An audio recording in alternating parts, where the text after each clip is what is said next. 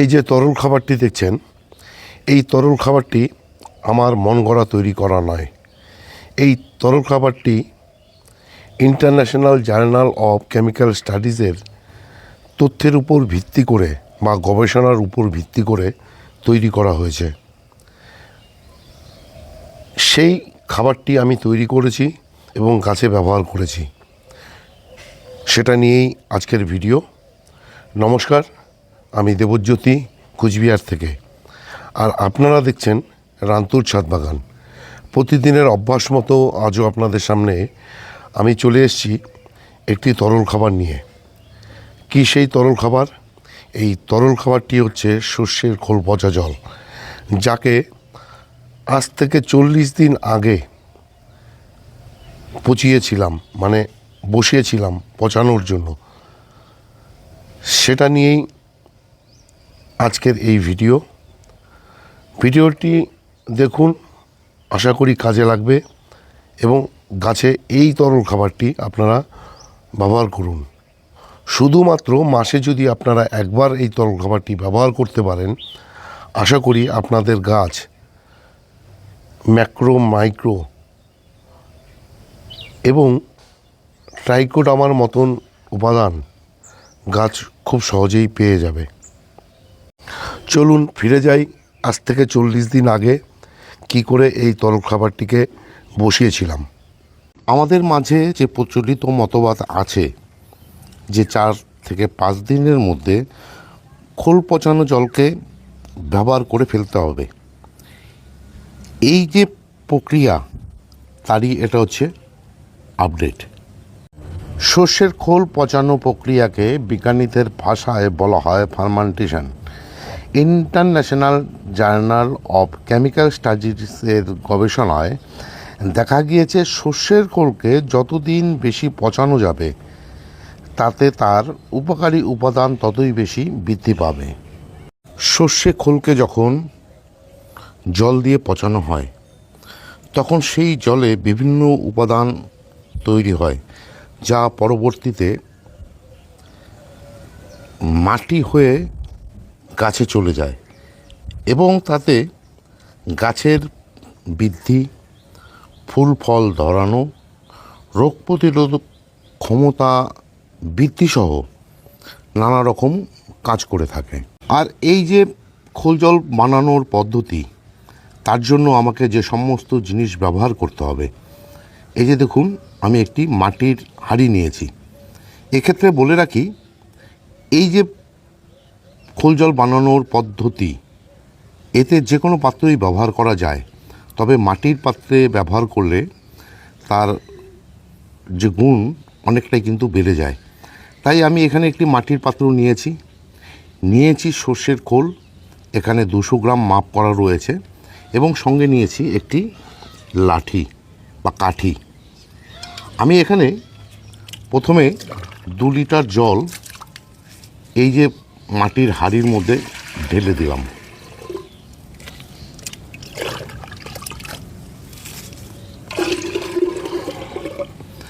এবার এই জলের মধ্যে আমি এই যে 200 গ্রাম সর্ষের খোল, সেটা কিন্তু ঢেলে দিলাম। এবার আসি, এই যে জল তৈরি করার যে প্রসেস, কি করতে হবে এখন, এই যে আপডেট, সেটাই আপনাদের সামনে আমি তুলে ধরছি। এই পদ্ধতিতে সর্ষের খোলকে যদি আমরা 40 দিন পর্যন্ত পচাতে পারি, তাহলে সেই পচানো জলে মাইক্রো এবং ম্যাক্রো নিউট্রিয়েন্ট যেমন nitrogen, phosphorus, potash, calcium, magnesium, sulphate, iron, zinc সহ গাছের যে দরকারি সমস্ত উপাদান কয়েক গুণ বেড়ে যায়। পাশাপাশি আমরা বাজার থেকে যে ট্রাইকোডার্মা নামক জৈব ফাঙ্গিসাইড কিনে আনি এবং মাটিতে প্রয়োগ করি, সেই সিডোমোনাস, ট্রাইকোডার্মা এবং রাইজোব্যাকটেরিয়া সহ গাছের প্রয়োজনীয় ফাঙ্গাস এবং ব্যাকটেরিয়াগুলো কিন্তু 40 দিন পর থেকে সর্ষের খোল পচানো জলে উল্লেখযোগ্য হারে তৈরি হয়ে যায়। অর্থাৎ আপনারা যদি একটি ভালো মানের সর্ষের খোলকে 35 থেকে 40 দিন পর্যন্ত জলে পচিয়ে তারপর তাদেরকে গাছের মাটিতে ব্যবহার করতে পারেন, তাহলে গাছের যে প্রয়োজনীয় সমস্ত পুষ্টি উপাদান, জৈব অণুজীব, ছত্রাকনাশক, কীটনাশক কয়েক গুণ বেশি পেয়ে যাবেন। আরেকটি বিষয় হলো, এই খোল পচানো জল বসানোর সময় আপনাদেরকে কিন্তু নিয়মিত অক্সিজেন সরবরাহ করে যেতে হবে, কারণ সেই অণুজীব জীবগুলো এই খোল পচানো রাসায়নিক বিক্রিয়া অংশগ্রহণ করবে। তাদের সারভাইভ করার জন্য বা বেঁচে থেকে পচন কার্যক্রমে অংশগ্রহণ করার জন্য অক্সিজেনের প্রয়োজন পড়বে। আর এই অক্সিজেন সরবরাহের জন্য প্রতিদিন কয়েকবার করে পাত্রের ঢাকনা খুলে একটি কাঠির সাহায্যে এইভাবে ক্লকওয়াইজ এবং অ্যান্টি ক্লকওয়াইজ আপনাদেরকে কিন্তু নাড়িয়ে দিতে হবে। দিনে অন্তত 3 থেকে 4 বার এই যে প্রসেসটি কিন্তু করে যেতে হবে।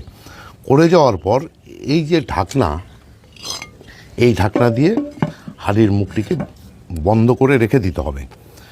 বন্ধ করে রেখে দিয়ে প্রতিদিন ঠিক এই যে এই প্রসেসে কিন্তু ক্লকওয়াইজ এবং অ্যান্টি ক্লকওয়াইজ আপনাদেরকে নাড়িয়ে দিতে হবে। উক্ত সার তৈরি করার পর আরও তাতে 10 গুণ জল মিশিয়ে গাছে দিয়ে দিতে হবে মাসে একবার করে। তাহলে গাছ সুন্দর হয়ে উঠবে এবং গাছের বৃদ্ধি পাবে, গাছের ফল ফুল ধারণ ক্ষমতা বেশি আসবে এবং রোগ প্রতিরোধক ক্ষমতা অনেকটাই বেড়ে যাবে। ফিরে এলাম 40 দিন পর। খোল পচা জল একেবারে সম্পূর্ণরূপে তৈরি হয়ে গেছে। এই খোল পচা জলকে আমি আজকে গাছে ব্যবহার করেছি, সেটাই আপনাদের সামনে আমি তুলে ধরব। এই যে খোল পচা জলকে কি করেছি, আমি 20 লিটার রঙের বালতিতে 18 লিটার জল নিয়েছি এবং এখানে যেহেতু 2 লিটার খোল পচানো হয়েছে, সেই জলকে একটি নেটের সাহায্যে ছেঁকে নেব এই কারণে 40 দিন ধরা পচে যাওয়ার পর সেই যে জলটি কিছু কিন্তু পোকা তৈরি হয়ে গেছে, সে সমস্ত পোকাকে ছেঁকে নেওয়ার জন্যই কিন্তু আমি এই যে নেট ব্যবহার করেছি। দেখুন, এবার এই যে জলটি, এই জলটিকে আমি 18 লিটার যে জলের বালতি নিয়েছি, ফ্রেশ জলের বালতি, সেই বালতির মধ্যে কিন্তু আমি মিশিয়ে দেব। মিশিয়ে দিলেই তাহলে আমার এই যে সর্ষের খোল পচা জল, যাকে 40 দিন পচানো হয়েছে এবং সেটা ইন্টারন্যাশনাল জার্নাল অফ কেমিক্যাল স্টাডিজের গবেষণার উঠে আসা একটি তরল খাবার, যেটা আমি গাছগুলোতে ব্যবহার করেছি। দেখুন, আমার সেই জল মেশানো হয়ে গেছে। আমি খুব ভালো করে মিশিয়ে নিচ্ছি। এই মিশিয়ে নিয়েই আমি প্রতিটি গাছের গোড়াতে, যে গাছের যেরকম জলের প্রয়োজন, ঠিক ততটা পরিমাণে কিন্তু আমি গাছগুলোতে দিয়ে দিব। এই ছিল আজকের ভিডিও। সর্ষের খোল পচা জলকে 40 দিন ভিজিয়ে নেওয়ার পর সেই জল যদি গাছে ব্যবহার করা যায়, সেই গাছের ফল ফুল যেমন বৃদ্ধি পায়, ঠিক তেমনই রোগ জীবাণু সেটাতে কিন্তু মুক্তি পাওয়া যায়। আজকের এই ভিডিওটি যদি ভালো লেগে থাকে তাহলে একটি লাইক দেবেন, কমেন্ট করবেন এবং আমার চ্যানেলটি যদি সাবস্ক্রাইব করা না থাকে চ্যানেলটি সাবস্ক্রাইব করে নেবেন। কেননা প্রতিদিন দুপুর 2টোয় আমার এই চ্যানেলে কোনো না কোনো ভিডিও চলেই আসে। সেই সমস্ত ভিডিও দেখতে হলে বা পেতে চাইলে আমার এই চ্যানেলটিকে সাবস্ক্রাইব করে নিতে হবে। সবাইকে অশেষ অশেষ ধন্যবাদ এবং শুভেচ্ছা জানিয়ে আজকের এই ভিডিও শেষ করছি। সবাই ভালো থাকবেন, সুস্থ থাকবেন, সবুজের সাথে থাকবেন। ধন্যবাদ।